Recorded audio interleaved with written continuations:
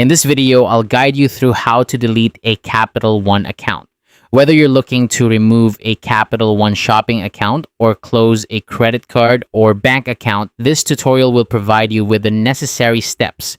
First, let's talk about deleting your Capital One shopping account. The initial step is to log into the Capital One website. Once you're logged in, navigate to your account settings. Within the settings, you should find an option labeled Delete Shopping Account.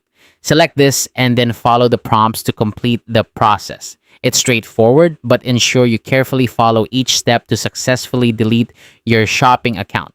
Now, if your goal is to close a Capital One credit card or bank account, the process is slightly different. Start by logging into your account. Once inside, look for the Control Your Card section. If you see an option labeled Close Account, you're in luck. Simply select that option and follow the instructions provided.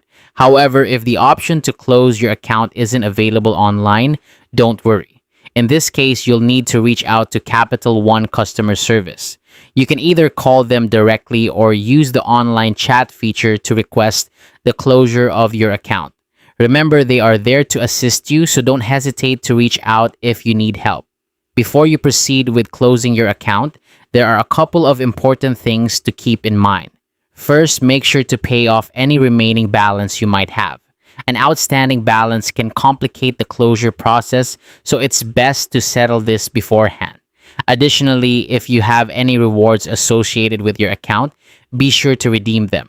Once the account is closed, you may lose access to any unclaimed rewards.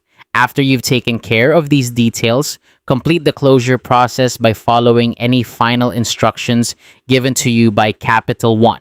And just like that, you've successfully deleted or closed your Capital One account. Thank you for watching this tutorial on how to delete a Capital One account. We hope you found it helpful and straightforward. If you have any questions or need further assistance, feel free to reach out to Capital One's customer support for more guidance.